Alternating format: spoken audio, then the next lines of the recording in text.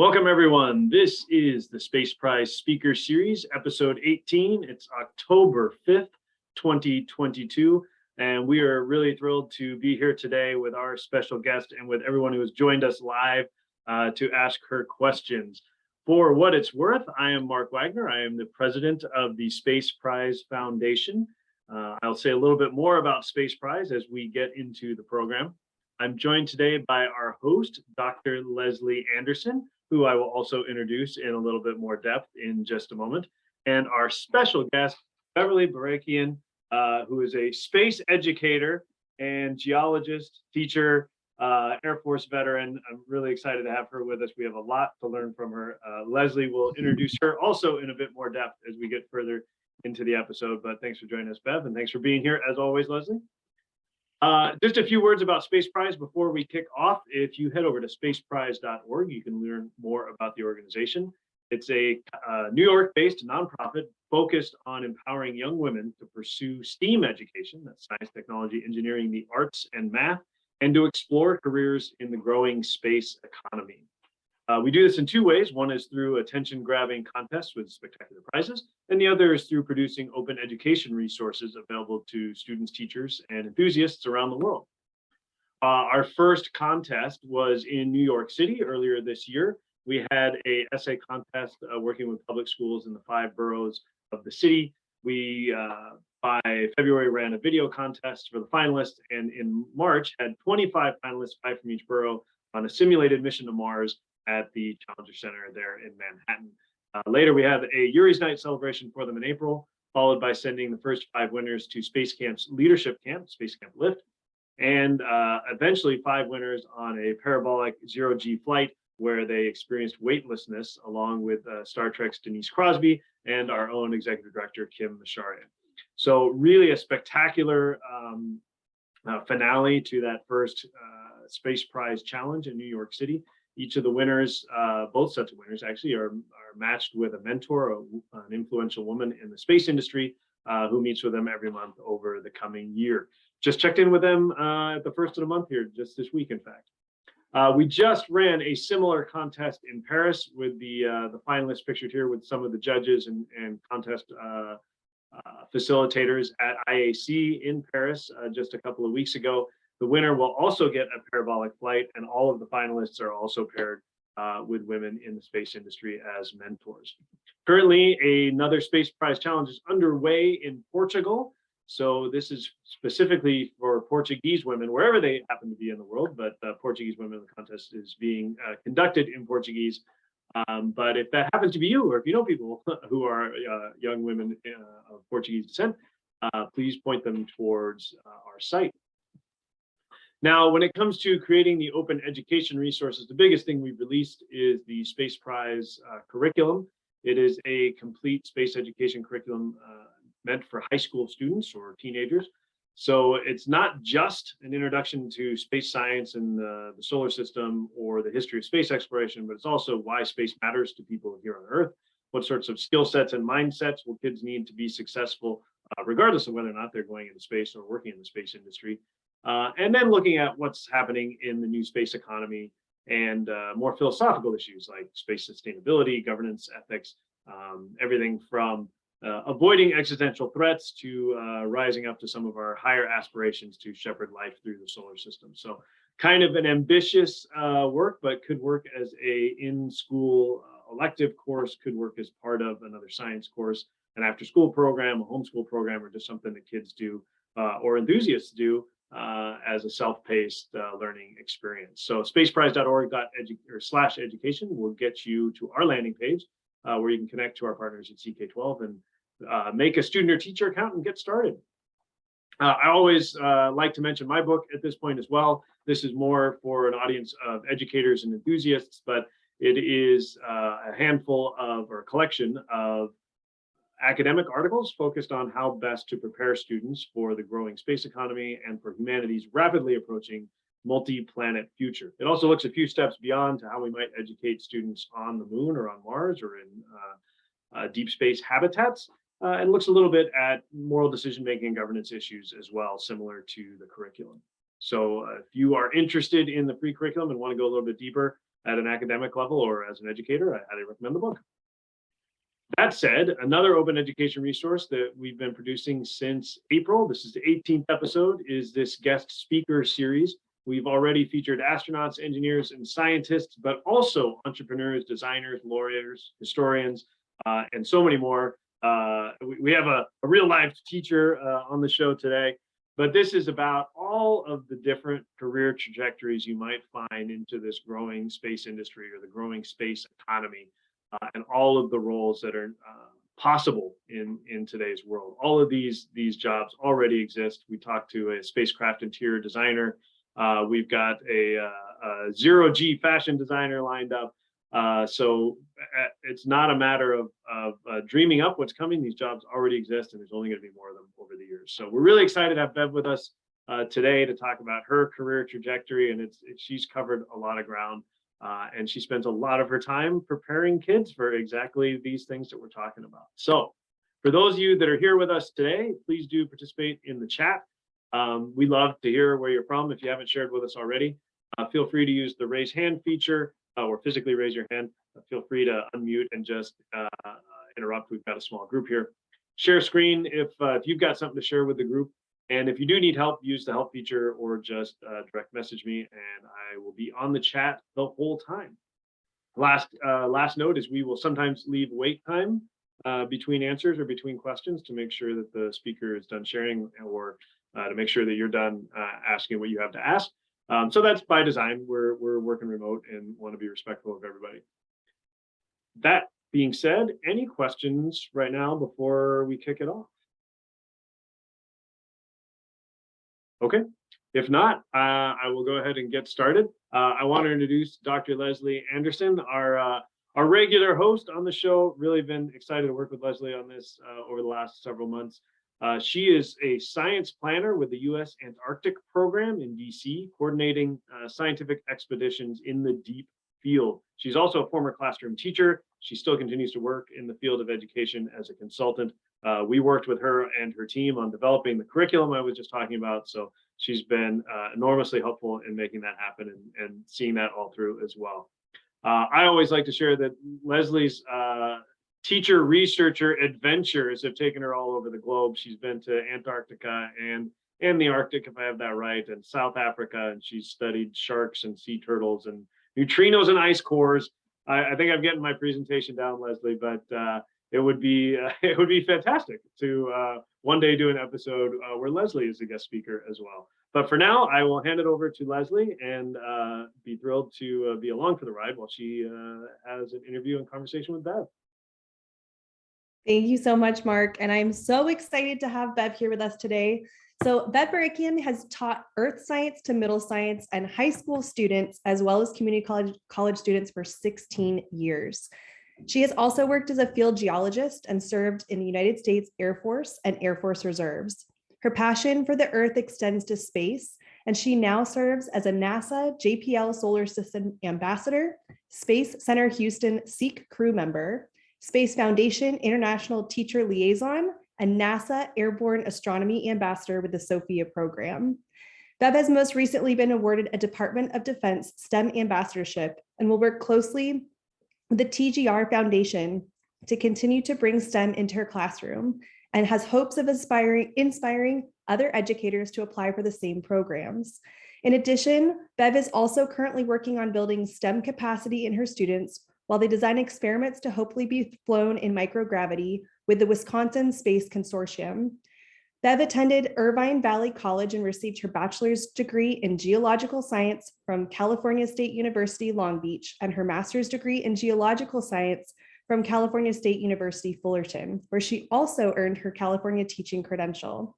Bev lives in Southern California with her 3 wiener dogs, Xena, Xander, and Pee-wee, along with a leopard gecko named Apollo. And I'm sure we're going to have lots of questions about that last part, Bev, but we're going to start off first with, can you please tell us about your work as a teacher? How have you been involved in space education?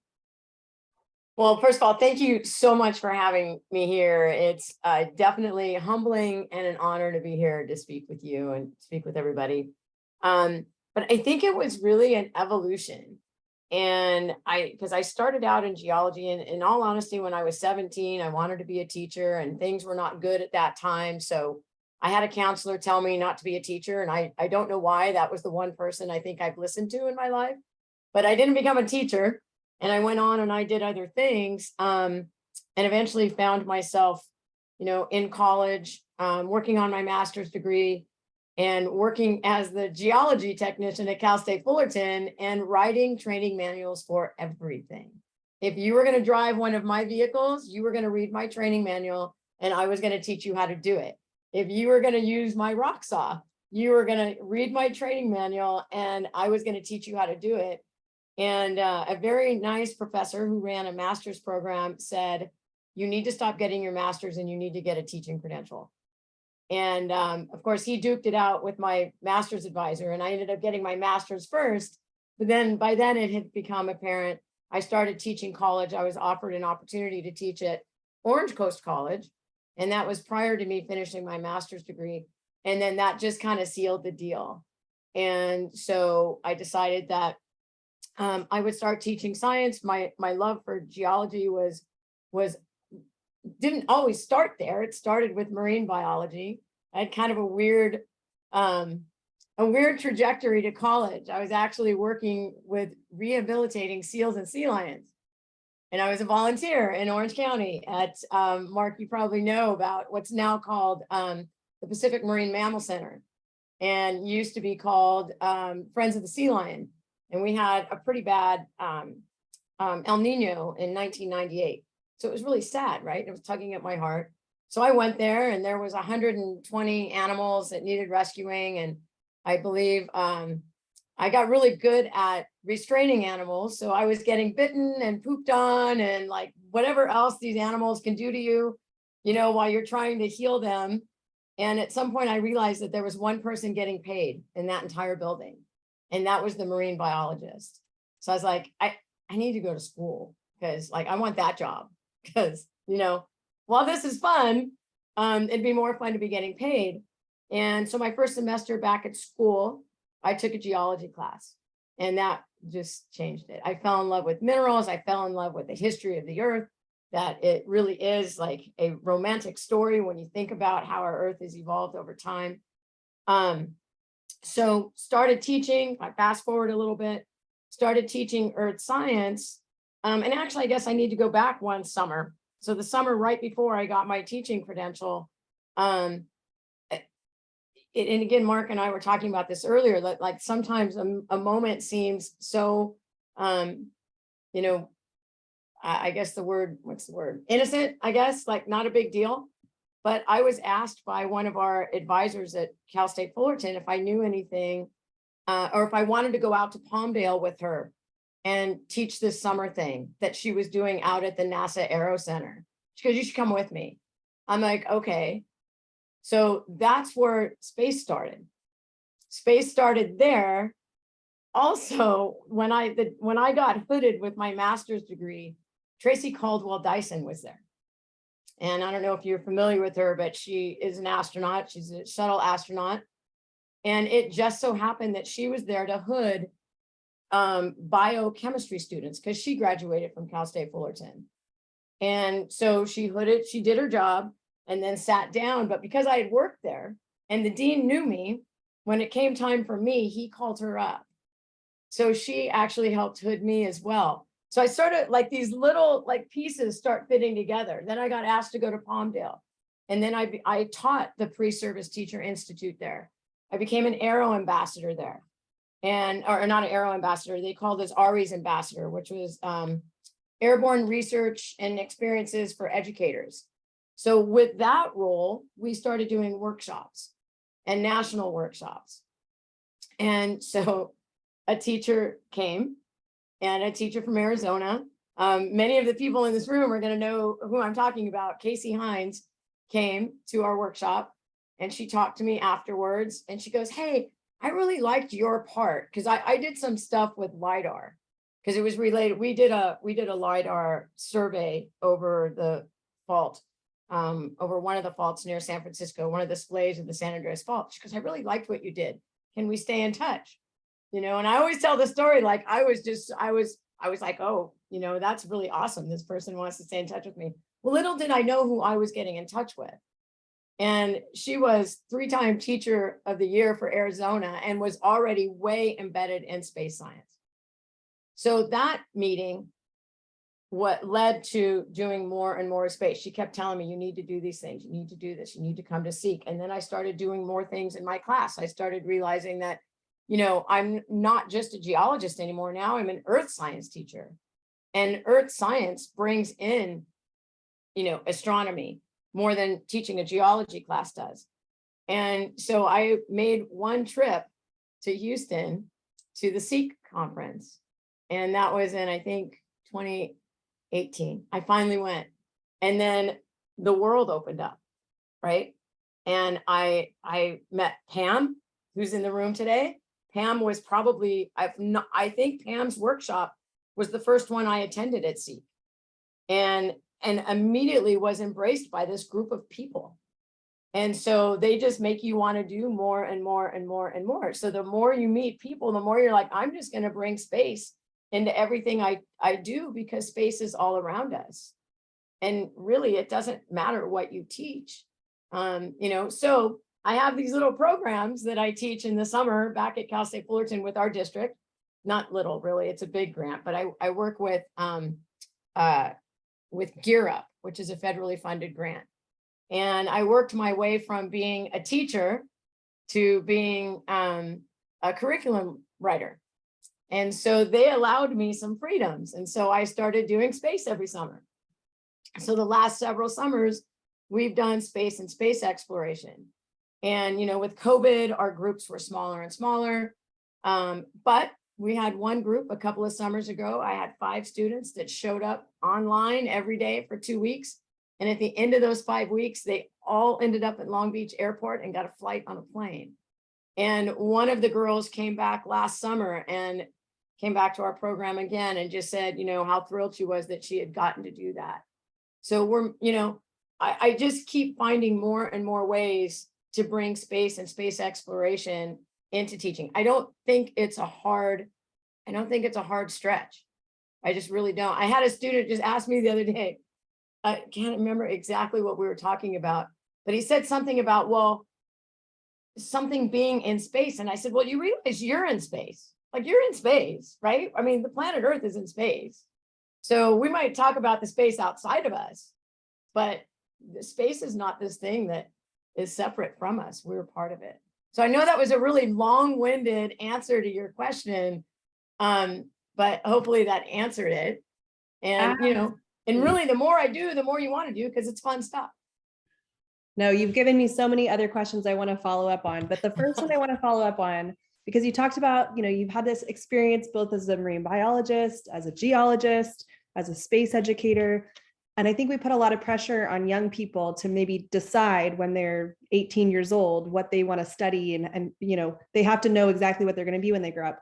Do you have any advice for young people who are maybe in the position that you were in, having all of this experience in science? Is there anything that you would give advice to yourself or to other students that might be in the same position?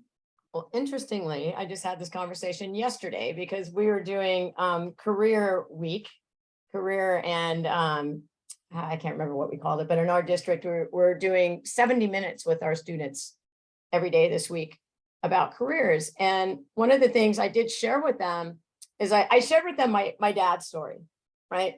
So my dad went into World War II, came home, he got injured, came home, got a job at Ford Motor Company out here in California, married my mom. And that's where he retired. And that's what people did. And the advice that I shared with my students is that's not the world anymore. So no, you don't have to like be set in anything. And you also don't have to feel like you have to follow anybody else's path. I surely didn't. And so it's not very genuine of me to sell a path of you have to go to college right now either, because I didn't do that. So, I try to share the story with them, and I try to let them see that there are different pathways to take. And one of the things that we experienced when we went to the Space Symposium, a lot of us were inducted at the same time as teacher liaisons this last April. One of the things I realized there, if not a little before, was that there is room for everybody in space exploration. And so I might have a classroom full of, maybe I have plumbers and I have electricians and I have accountants and I have the scientist and I have the engineer. I have all of those different people in my room, and there's room for all of them, and there's room for them to move around. Right? That's awesome. Thank you for sharing that perspective. I think it's really important for students to hear that there's multiple ways to get to your end goal, wherever it is. And I think it's important to take that time to figure out exactly what you want to do. And then I really sounded old when I told them the one thing my parents told me after I graduated high school was that I had to do something. That was all they told me. I had to do something. It didn't matter if I went to college, they weren't pushing me to go to college, but you can't sit here. And so I had a job, it was within 2 weeks, I had a job at the grocery store because I went every single day, literally. I went every day until that guy, his name was Alan Grooms, I won't tell you when. Alan Grooms walked me into the office and wrote my name on the schedule, literally, because I went there every single day and said, you have a job for me today. Do you have a job for me today? That's a really important point to bring up too, is making sure that you're always asking and looking for the next thing, seeking those things out. And Bev, your resume that we just shared off, and I'm sure that's just the tip of the iceberg. You have done more than enough things in the field of space education, but one that we're really interested in hearing about. Can you tell us a little bit about your NASA SOFIA Airborne Telescope experience? Oh my gosh, yes. So even that has a crazy story. You want to hear the crazy story? Okay, so here's the crazy story. So I met the folks at SETI going to the California Science Teachers Association meetings. And I met them because I would go every year. I was a presenter. I think I presented every year from 2011 until COVID. And so I got to know people because, as you might imagine, I talk to everybody. I've never been accused of being quiet. So I do, make my way around and talk to everyone. And I would talk to them about this SOFIA program. And there was a time when I considered making a move out of the classroom and becoming a TOSA. And I didn't end up doing it, but I had met everybody. I was a California trainer of trainers for NGSS. So through that group of people, I was able to meet other people. And so when my friend took the job, I was like, oh, you got to let me take you to this meeting. They take you to this meeting. It's all the TOSAs. Well, SETI was there. The Coral was at this meeting and talking about SOFIA. And I've been told that I almost tackled her when she was done talking, because I was like, we're going to do this in our district. We're going to do this. And I'm going to sign up to do it. And so we got the necessary paperwork. I applied and I got it. And then I made a decision that I was going to leave high school. And at the time, they had decided that earth science was going to go away. We weren't going to teach earth science in the district anymore. It was going to be sprinkled in. And I was very heartbroken and upset. So I moved to middle school, and I asked them, I said, if I move to middle school, can I still be part of the grant? And they said no, because anybody that's been involved with grants, it wasn't anything personal. This is how the grant is written. So that was in, I think, 2018. And so I guess it's been 2 years now since we applied. So a couple of years ago, it changed, and it was opened up to middle school and college instructors. And so I applied again, and now, the stakes were a lot higher, because I had been given this gift a couple of years prior, and now I'm asking people to do it again, and anonymously. So now, because nobody knows who the applications are. So it's not like anybody's going to know, like, okay, well, here's Bev applying again. So yeah, we should feel sorry for her and give her the give it to her. So I was so stressed out about that application, but I got in again. So I got it 2 times. And I mean, and talk about being grateful.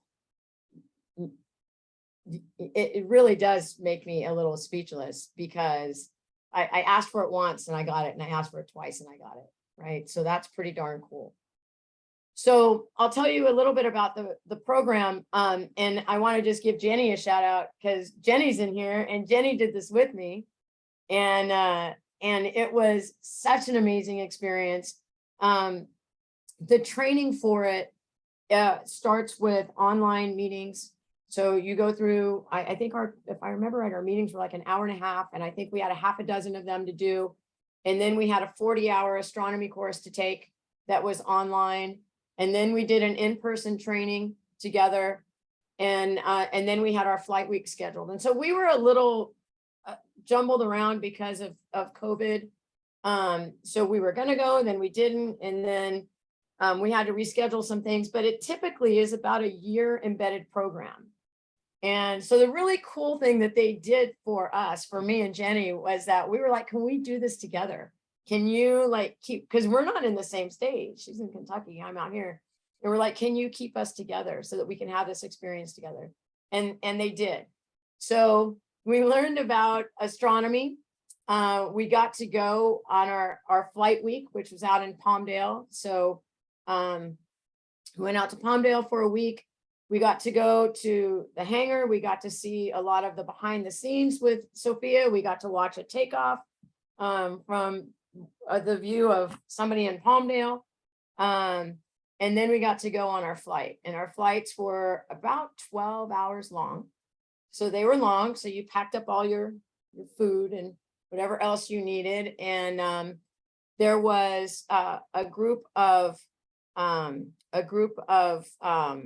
scientists that were on board, and there was a station for the teachers. So I'm not sure if you know this or not, but SOFIA was a platform built for teachers.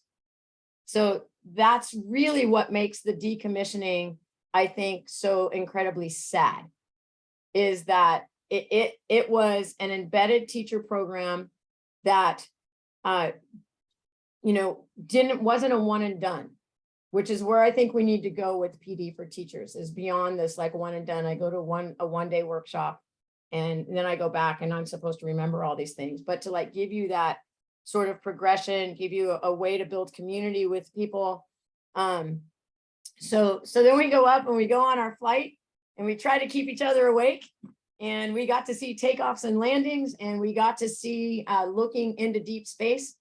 So our particular week, if you remember, there was a week in April where there was a publication of a picture of the black hole in the center of our galaxy.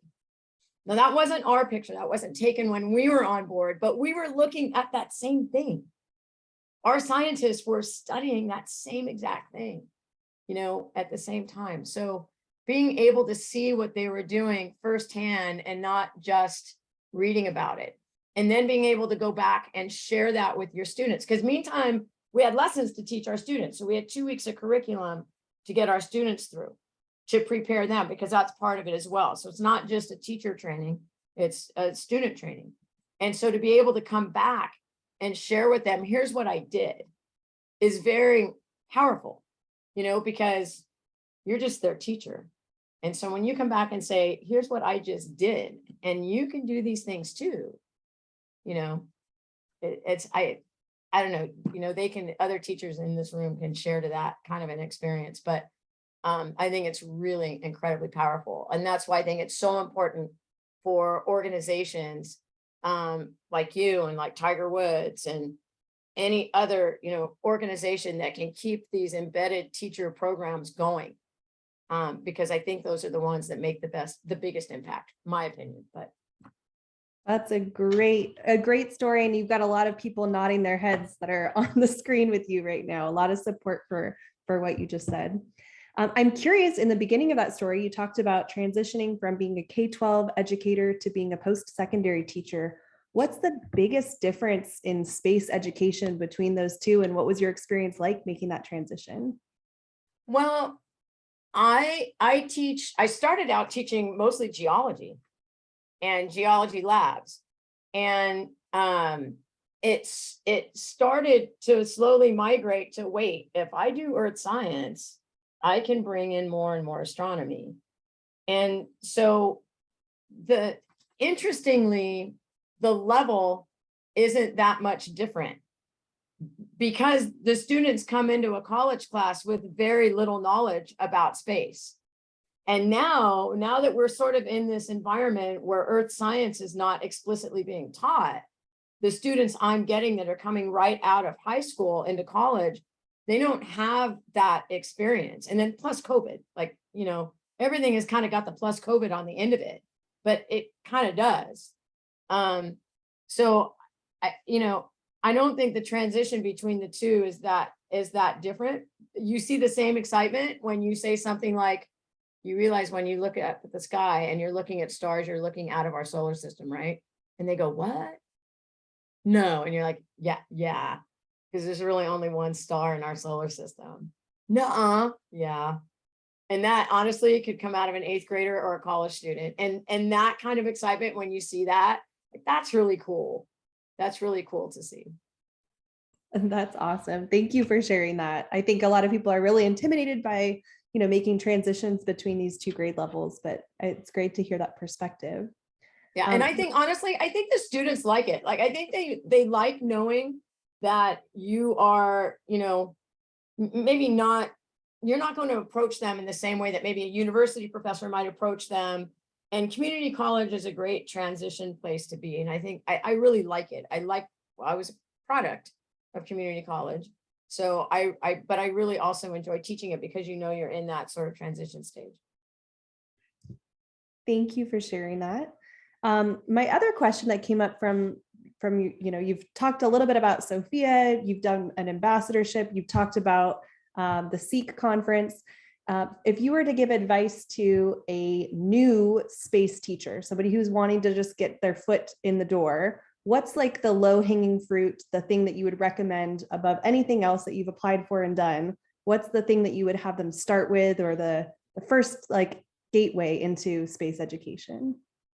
Well, my gateway was SEEC. And I don't know if that's really low-hanging fruit, because it depends on where you are, right? If you're in Texas, SEEC is totally low-hanging fruit, right? If you're outside of Texas, it's maybe not. And so I would say, like, look at what's around you, because one of the things that I always forget we have is JPL.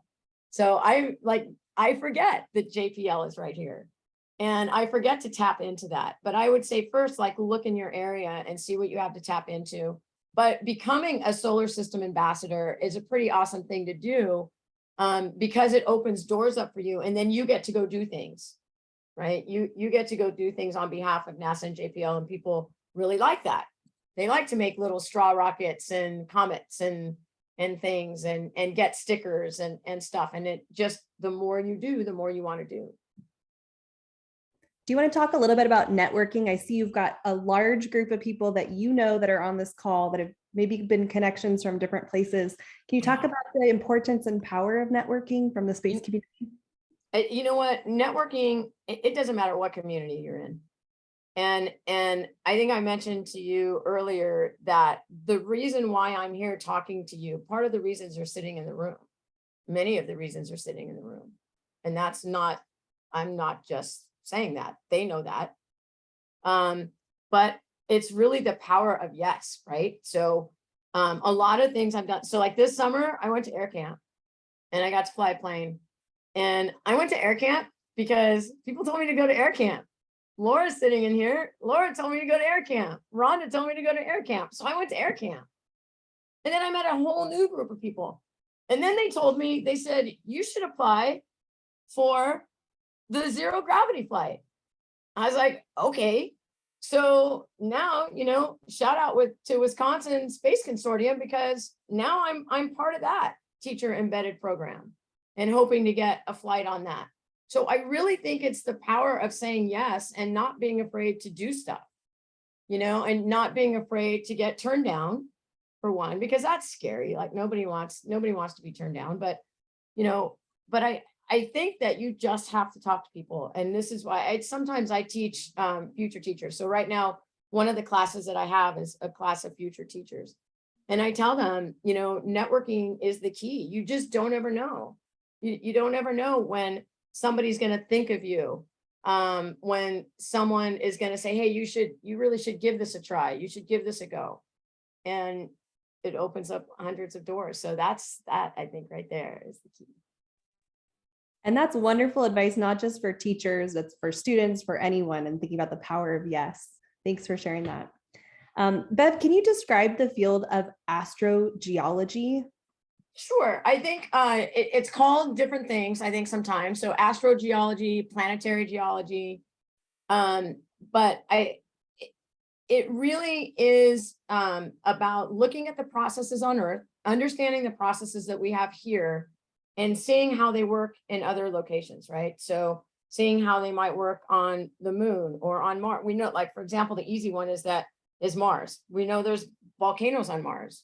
We know that there was likely plate tectonics on Mars. Well, why did it stop? Why do we not see that today? So there are people that are studying those things. We do know that there are earthquakes on Mars, and we don't call them earthquakes though, we call them Marsquakes, right? And so there are people that are studying the Marsquakes to see how similar they are to earthquakes. And one of the things that I'm still tossing around in my head is if there's a way to study the seismic waves on the zero gravity flight, on the parabolic flight, to see how those waves behave on Earth, and would they behave differently either in a Martian environment or even in an environment with asteroids where we have asteroids colliding, because that's closer to a microgravity than Mars is going to be. So really it's understanding our earthly processes and then applying that to the other objects, I think, in our solar system. You are right. You can tie everything to space. I love that, Bev. Yeah. We're going to open it up to questions from the group in just a minute. Bev, did you want to share any photos with us from some of your? Yeah, I can do that. So I just put a bunch of pictures together, and some of you are going to see yourselves in them probably. And let's see if I can. And while Bev's pulling that up, if you have questions that you'd like to ask, if you want to throw those into the chat so we can start to kind of queue them up, and we'll get ready to ask Bev some follow-ups. Yeah. There should be a little green button at the bottom where you can press. I got it. There we go. All right. So so we talk about moments, right? So like I said, I was just kind of putting pictures together, finding my pictures on the iCloud, because I'm now an iPhone user. So Laura, you'd be proud of me. I found my cloud and I'm very excited about it. But when you become a solar system ambassador, you get these cool patches, you get a cool little pin, and you get the envelope from JPL, which is always really cool to get. Getting mail from NASA is pretty cool. This was an experience that we had in April at the Space Foundation Teacher Liaison meeting. And this is the Chief Master Sergeant of the Space Force. So he is the highest ranking enlisted person with the Space Force. And him and I shared some stories together because we both started out in Air Force intelligence. And so this was a pretty cool moment. Some people in the room were there and shared it with me. And so I couldn't do a presentation of pictures and not share this one. This was, again, part of that experience in meeting astronauts and hanging out together. So again, a lot of people are in this picture or in this room, but Courtney in the red jacket is from the ISS National Lab. That's also, they do a lot for all of us and support us. And of course, Jackie is in the room as well with One Giant Leap Australia. And this kind of started our little team. I think that we're working with our folks down under. This was a little bit more of what we experienced there. So you can see his hands here, but we met a gentleman that was talking about flight suits. We met folks from NASA. And of course, this was before James Webb I think it was already launched, but this was before we'd gotten anything back from it. Just another picture of me. And then SOFIA. So this is one of my favorite pictures that I took of SOFIA. You can see the mountains in the background sitting. I don't know that I was necessarily supposed to take this picture, but I have it. And this is from inside the plane. And so this is the SOFIA patch. And I thought this was really cool. So inside the plane on the upper deck, there is a room, and I think there was like stuff for cooling up there, but it was a room with a door. And when you went inside this room, there were people that signed the wall. So this particular signature is Nichelle Nichols. And then one of my other favorite astronauts down here, because he's always posting about his dogs, is Leland Melvin. And so that's his signature down here. And that was Nichelle Nichols up here. And then this is the telescope that's on SOFIA. So this is the backside of the telescope. And this is one of the pieces of equipment that was on there. Well, this was the piece of equipment that was attached to the telescope. That's this part of it. And then this up above my head is the computer rack. And this computer rack is controlling stuff that's with this particular piece of equipment. And this is my friend Jenny and I. We were so excited to be doing this together, and couldn't have been happier. So I had to include this picture. And this is from inside. So this is the teacher desk. So this is what we're watching. And we're watching what the scientists are doing. So this is essentially looking into deep space. And these are all stars. These are all stars. That's Keith being funny. We were in the up in the cockpit for launch, and he was behind me. So that was fun to include because we had a great time. There were 4 of us that went up at a time. And we had an amazing time with each other. And it was just a great, great team.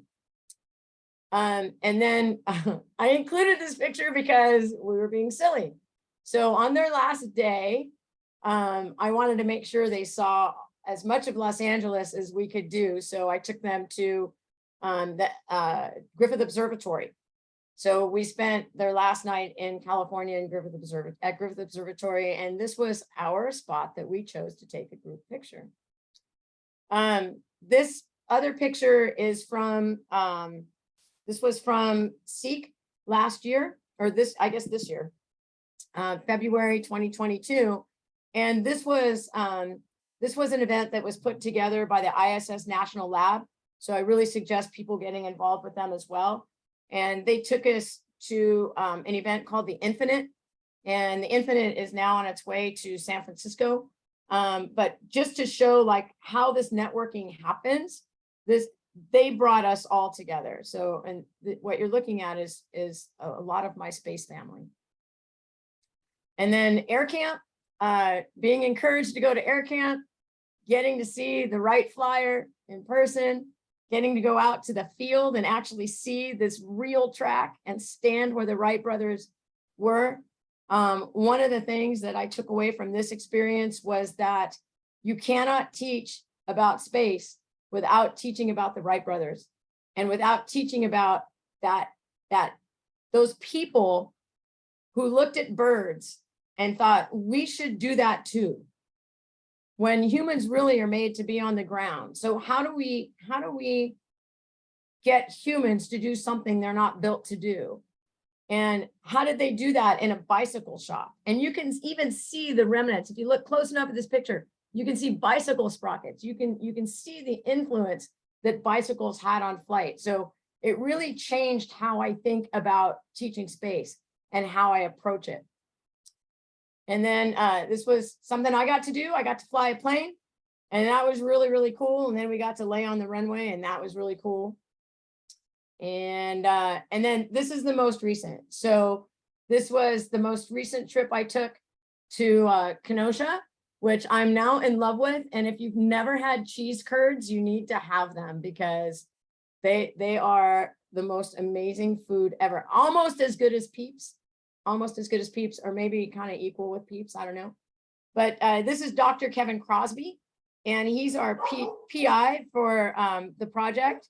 And what he has in his hand is a design, an experimental design for looking at the angle of repose, which is basically what makes landslides happen, right? So ground can hold itself together for a certain amount of time until it's put under certain conditions, and then it falls and you have landslides.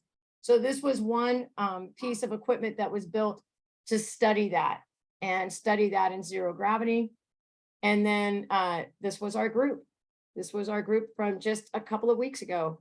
And so a new family. And that's what I brought to share. Thank you so much, Bev. That was awesome. And it was great seeing the visuals with some of the stories you shared with us earlier. We have just under 10 minutes left, but we have a lot of questions for you. So I'm going to kind of rapid fire throw them at you. Okay, I'm ready. Bring it. The first questions are going to come from Logan. Do you guys want to unmute yourself and ask your questions? How are many stars are in space? Oh my goodness, Logan. Well, if there's only one star in our solar system, but there are billions of stars out in space. We haven't even discovered them all yet. And my question is how so they can see. how are stars made? That's an amazing question. That's my great nephew asking that question. That's an amazing question. And stars are made from really explosions and then a coming together of stuff in space. And enough stuff comes together and it gets really, really hot. And then it starts burning really, really bright and it becomes a star. That's a simple answer. Thank you guys for those great questions and great answers, Bev. So we have another question. Earlier in your talk, you talked about how space education is not that hard of a stretch. It's pretty easy to connect things to everything space-wise. So if that's the case, why are there not very many teachers that are teaching students about space or space exploration? Do you have any ideas or any theories? You know, my ideas are that we tend to do things that we're comfortable with. And it's hard to like go outside of that comfort zone. And I don't think it's bad people. I don't think that's what it is. I think that different people have different interests. And so they tend to gravitate maybe towards that. But it is coming out of comfort zones. And I think that's the biggest thing. But I loved some of the summer programs that I did where I was able to bring English teachers and science teachers together. One of the ones that comes to mind was when we did California geology few years ago, and we took the kids out and they took measurements and they made geologic maps. We brought them back and the English teachers taught them to write a scientific paper. So being able to build those bridges and showing them that they can do it, as teachers, we're no different really than our students, right? And someone needs to show us sometimes that we can. And that's why having like this family of science educators that you're looking at is so important, because they tell me I can. These guys talked me off a ledge just 2 weeks ago, literally. Like I was on my own little ledge, and they had to say, no, Bev, you're good. You can do this, right? Because I needed to hear that too. The power of community right there. I love that. Absolutely. So another question, what was it like to see the stars so close to you? How long was your flight or your flights? So the flights were right around 12 hours. And I honestly didn't spend a ton of time looking out the window. I think I was really enamored with the screen and what was going on with the scientist. But it was pretty cool from what I remember. We were at, I think the highest altitude we got to was 43. Was that right, Jenny? 43,000 feet we got up to, which is considerably higher than what a normal flight would be. But I don't remember it actually looking much different than it did from being on the ground and looking out into space, because they are so far away, right? That 43,000 feet isn't going to make a ton of difference. So we have a few questions from Jenny, and I'm going to read them all together. And then if we need to repeat or go over any of them, we can. But first, she's curious to know about resources for teaching astrogeology, specifically for middle school. And then also as an experienced Title I teacher, and Title I, for those of you not in education, it just means low income or low funded schools. As a teacher at a low funded school, what do you think is the most important to being successful in challenging teaching environments? Wow. Okay. So that's a loaded question, because I find it very challenging myself, because there's a lot of things that I want to do to bring space and space science into my classroom that isn't necessarily valued by my greater community. And so it's a challenge to convince the people that do have the money that this is valuable. I think in terms of just what I do in my four walls, right? And thinking of our kids that we share, and Jenny and I, actually, I think even Laura, I think all of our kids are very similar. We all kind of come from that similar low income background with our kids. And I think one of the things that I find is really breaking that I can't do it barrier, right? And breaking through that and showing them that they can, walking them through those readings, walking them through something little so that they can go on to do something big. And Laura, just yesterday showing your video, the video that I happened to find, by the way, that was done by your news station that interviewed your kids. And I showed, and the reason why I showed that in every one of my periods was so that I could look at my kids and say, look, those are my friends' kids. This is where they're from. And they're just like you. They're not any different than you. They're not any smarter than you.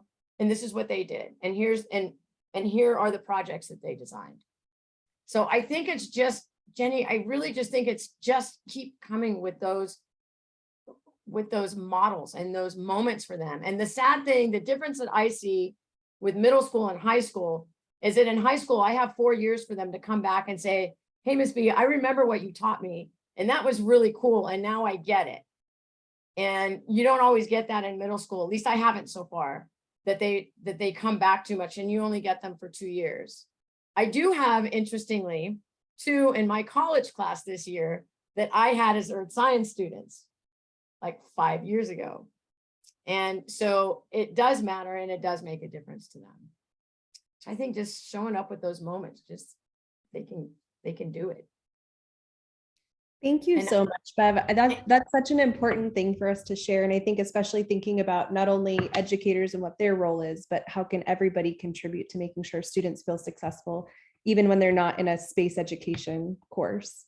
And really, we actually had this conversation in Wisconsin about how it's really important that some of the groups that we're working with need to understand that we're coming from a position of fighting for this in many cases. We're fighting to go to these things and be part of these things because they're not always valued, because there's other things that are valued. And so doing things on our own, is often where we end up. Well, Bev, I'm going to give you the last chance to share anything with us that you'd like to share, either for students who are interested in going to this field or for young educators trying to get into space education. Any last words that you want to share with us before we close out tonight? I will share with you what I share with my 8th graders. And I tell them that if I could go back and be any age, it would be theirs. And the reason why I tell them is because they're old enough to understand the things that they're being shown. They're old enough to understand, and they're young enough that there's anything left that they can do, right? And that would, to me, like, that's why I look at them and I don't make things up to them. I look at them and I look at their feet and I tell them, yours are the feet that could walk on Mars. And I'm not making that up to you. Yours could be. Yours could be the hands that do the electrical work or the plumbing work or keep the clean room clean at JPL, because that's a job in itself, right? I've seen pictures of that. If you've never seen pictures of the clean room and that's not cleaning your bathroom, right? Or even a hospital room. It's like way different than even a hospital clean, and I think just encouraging that in them. And I think just seeing that space is really who we are. We live in space. The planet Earth is in space. It's not out somewhere out here. It's in space. And so I just think remembering that and reminding ourselves of that and keeping up with the networking. And I guess the last thing I'll just say is that, and I'll try to say it without crying, is that I am so grateful for the network of people that I have, and grateful that, they're all here. But just grateful that I've been given these opportunities, and that Mark, the work you're doing is amazing and necessary. And the fact that you're keeping on, because you're dealing with the same things we are, and so, when I see your head shaking, I know you understand. you understand what we're dealing with. So just thank you so much for having me. I am just really grateful and I appreciate it. Thank you so much, Bev. And I think I can speak for just about everyone here when I say I wish that you had been my teacher. I think all of us would love to have a teacher like you. Your students are very lucky from middle school all the way up to community college. And thank you for sharing your stories with all of us that are here on this call. Mark, I'll turn it over to you to close us out for the rest of the evening. It really is amazing. You think of every speaker we've had on here has had a story of somebody that changed their trajectory, and Bev's got a room full of kids every day, and I can't imagine how many trajectories have been changed. So that's awesome. And I know you're with your college students tonight, I think, right, Bev? No, Tuesdays and Thursdays. No. Oh, so today, no, I gave them an asynchronous thing to do today because I thought that was going to be too, I felt like that was going to be too stressful to like be in the room with them too. And like, yeah. Fantastic. Well, thank you for making the time to be here with us. So great to be able to capture your story, and I'll have it up on YouTube shortly, and we could share it out. And I'm really thrilled to have that captured for Space Prize to use with the young women that we're working with and their contests over time too. So thank you so much for coming and sharing. Thank you, Lesley, as always, for being here. And I see Jackie waving from Australia. So glad that many of you join us regularly, and thank you to everybody who showed up just for Bev. It's fantastic to have you guys, and thank you to everybody who asked questions or shared resources in the chat too. I'm going to go ahead and stop the recording. As usual, I'm happy to stick around for a minute, but otherwise, thank you for being with us.